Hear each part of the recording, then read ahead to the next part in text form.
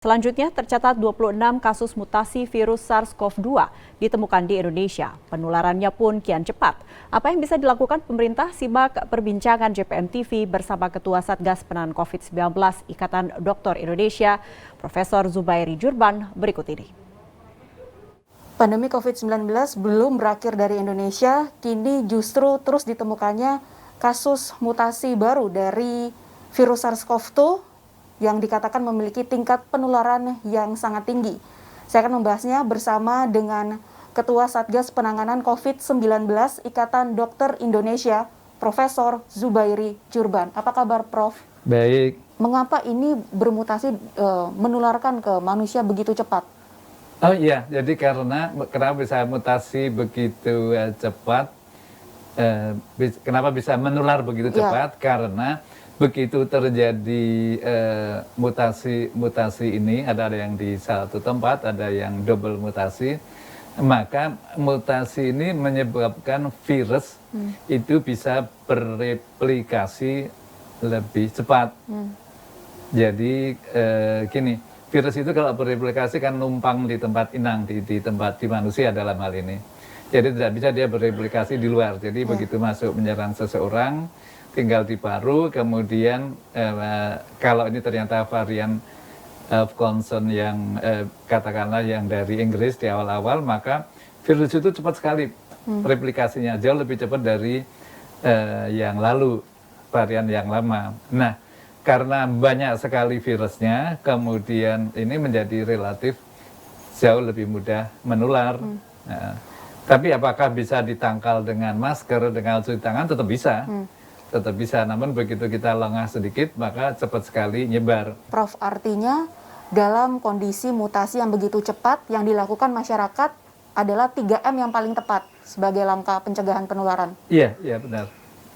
Iya, 3M ataupun 5M, jadi termasuk jangan berkerumun, jangan makan bareng-bareng di restoran, karena nggak mungkin makan bareng-bareng di restoran, kita nggak ngobrol. Jadi untuk makan perlu buka masker, untuk buka masker sambil ngobrol terjadi klaster. Prof, ini kita tahu banyak sekali mutasi dari virus SARS-CoV-2. Di Inggris B117, kemudian di Afrika Selatan B1351, dan dari India B1617. Kemudian ini manakah jenisnya yang begitu mematikan untuk manusia? Atau sifatnya sama saja, ketika ada penyakit bawaan baru bisa dibilang akan memperparah, atau seperti apa, Prof? Iya, kita harus hati-hati untuk menyikapi informasi itu, karena misalnya di Inggris itu mula-mula sampai mudah menular tapi sama sekali tidak lebih fatal. Tapi kemudian setelah diteliti kasus semakin banyak, terbukti bahwa memang lebih fatal. Jadi kalau kita mempelajari sesuatu harus tergantung dari seberapa besar sampelnya. Kalau baru mulai ya mungkin belum bisa diambil kesimpulan, namun begitu pasien banyak banget, maka kemudian disadari bahwa angka kematiannya meningkat. Walaupun begitu, kabar baik yang terbukti lebih fatal di Inggris ini, kenyataannya dengan semua upaya dikerjakan bareng-bareng, termasuk vaksinasi yang luar biasa cepat, itu sekarang turun drastis Inggris. Jadi walaupun virusnya lebih cepat menular, virusnya varian baru, virusnya lebih mematikan, kenyataan sekarang terbukti sekali lagi angka kasus baru harian di Inggris amat sangat turun drastis. Jadi bisa diatasi, pertama bisa diatasi pakai masker, pakai cuci tangan, dan juga oleh vaksin. Oke, Prof, ini kemudian dengan cepatnya bermutasi dari virus, apakah deteksi menggunakan PCR ini masih sangat bisa diandalkan untuk mendeteksi ada varian baru di tubuh manusia? Bisa sekali. Tapi tolong PCR ya, karena kadang-kadang kita ngomong udah dites negatif, tes apa? Tes antigen, ya antigen. Tes apa? Genus, ya.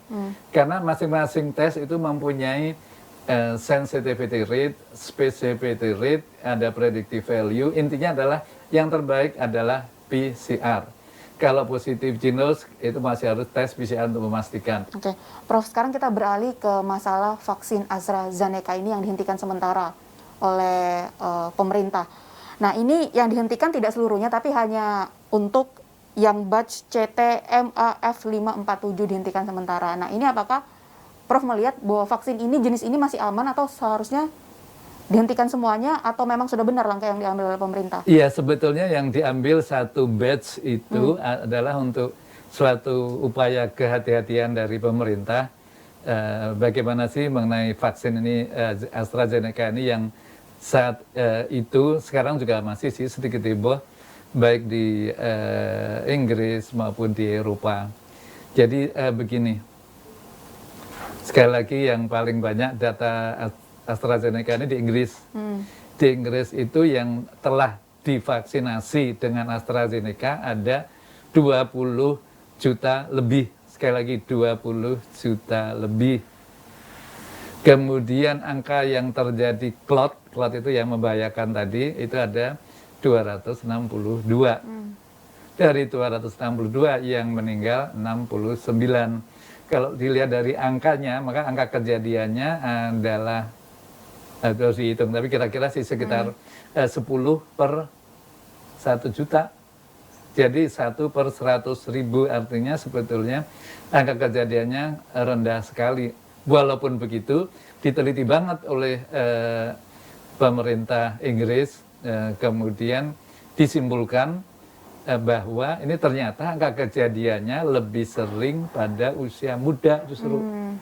Jadi kalau usia muda kurang dari 30 tahun dan amat sehat, saat ini tidak disarankan memakai AstraZeneca di sana. Ya. Jadi kita sebetulnya beruntung juga AstraZeneca-nya datangnya belakangan karena kita sudah tahu cara mengatasi, cara menghindari komplikasi. Jadi sekali lagi berdasarkan rekomendasi pemerintah Inggris, kita sekarang harus sebaiknya menerapkan, artinya kalau ada orang usia muda kurang dari 30 tahun sehat banget, ya jangan pakai vaksin AstraZeneca, pakai Sinovac atau pakai Sinopharm, terserah, tapi jangan AstraZeneca. Nah, apa sih clot itu? Clot itu bekuan. Jadi rupanya kenapa bisa meninggal? Karena bekuan yang paling banyak terjadi itu di otak.